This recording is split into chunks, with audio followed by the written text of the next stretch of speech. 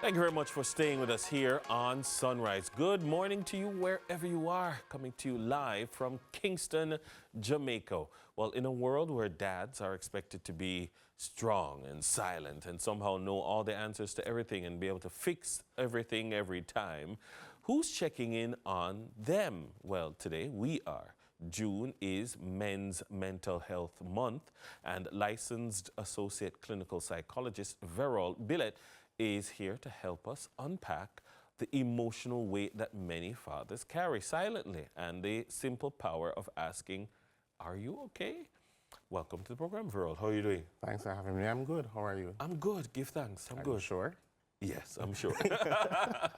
But you know, it is a great place to start because you know there's this whole thing about men. You know, you ask them if everything's yes.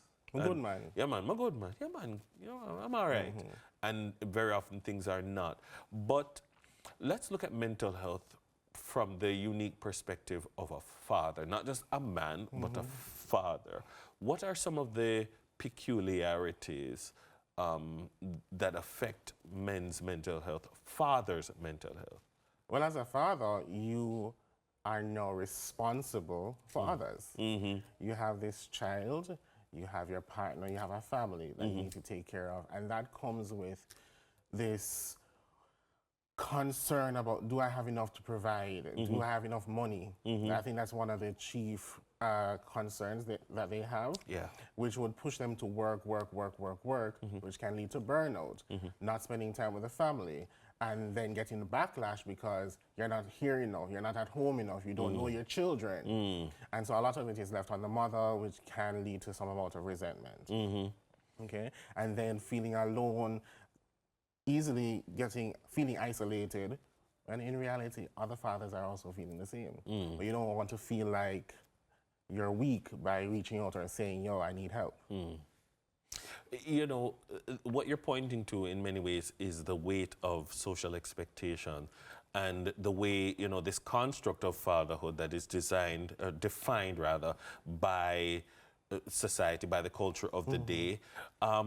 The evolution of the role of father, I know that in the past, the Jamaican father is something that has been negatively stigmatized as being, you know, absent and uncaring and marginal in the family, very often, you know, irresponsible. But the role of the Jamaican father has evolved over time, and we're seeing more men participating in that. Are we seeing a more positive participation? So you talk about, you know, what fatherhood was like, to protect and provide. That's the role of a father. I think that's still present today. However, I do see a lot more fathers pushing to be more involved, to be able to connect with their children, to work on their relationships as much as they can. And I think that's a great thing. I would also try to add that there are fathers out there who want to do better, but they don't know how to. But there are other fathers out there who are going to seek the help that they need because they realize they want to be better, but they don't have the resources or the skills to do better, the tools. And I see that there are some fathers out there who are trying to furnish themselves with said tools. So then, where do people go? Say you're a father listening to this conversation and you're saying, look, I realize I don't have all the answers. I'm not trying to have all the answers, but I need support. What are the support systems that are designed for men? Because so many times you pick up a book or you pick up you explore a particular resource that says parent and it's really mommy. Yes.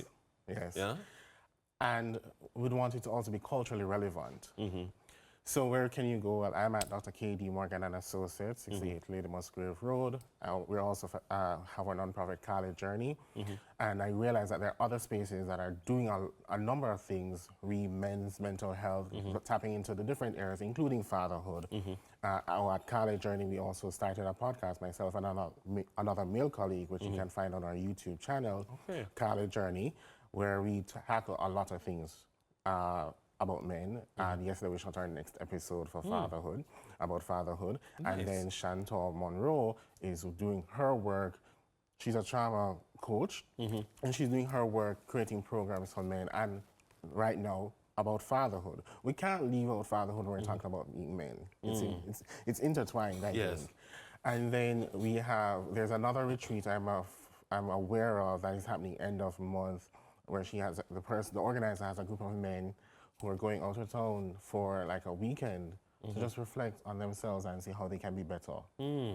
So there are a number of conversations, online, podcasts, programs. People are trying different campaigns, and I think that we can just tap into these resources. What I would love to see, having physical spaces led by men, not by women. Love the women, thanks for the support, but led by men, for men, in physical spaces where we can just talk and be real and talk about these challenges of fatherhood and realize you're not alone, and it's okay to reach out, and I think that's the best place to be, having that peer support.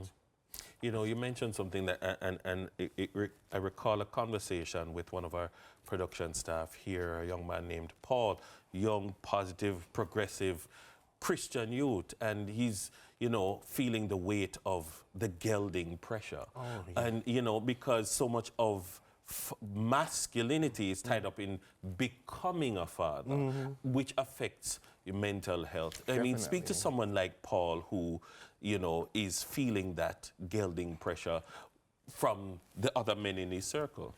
We spoke about that yesterday, so check out our podcast on Friday. And it's a lot. It's a very derogatory term used to describe men in our society who don't have children. Right. And if we get caught up in that, for men who don't have children, if you get caught up in that, then you will land in some problems. Because I feel, it's my opinion, that you're going to be having children, you're going to be pushed to have children for the wrong reasons. Yes. Can you afford them? They're expensive. Do you have the mindset to really raise children? Have you worked on yourself? Okay? And are you having children with a partner that you can work with? True. Those are some things that we really need to consider as men to help to protect our own mental health as fathers. Indeed. So don't mind the mountain. Don't mind the mountain. And as a matter of fact, leave that out, because again, you might just not be ready yet. You're just not ready. Or you're focusing on your Christian career, walk or your whatever it is. Right. And you're not in that chapter of your life. You're not there yet. Indeed. And there's no reason. We have time, so to speak, to build ourselves. And then we can pour into others. Indeed. Such as our children. Definitely. Again, remind people where they can find you and your colleagues. I'm at Dr. K.A.D. Morgan and Associates, 68 Lady Musgrave Road. You can find us on Instagram, K.A.D. Psych Associates, or Kali Journey, and the same for other social media spaces. All right, thank you very much. My guest has been Verol Billet, licensed associate clinical psychologist, reminding us that strength sometimes means letting go, letting it out, not holding it in.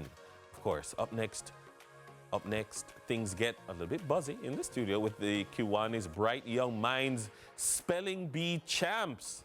Stay with us. We'll be right back.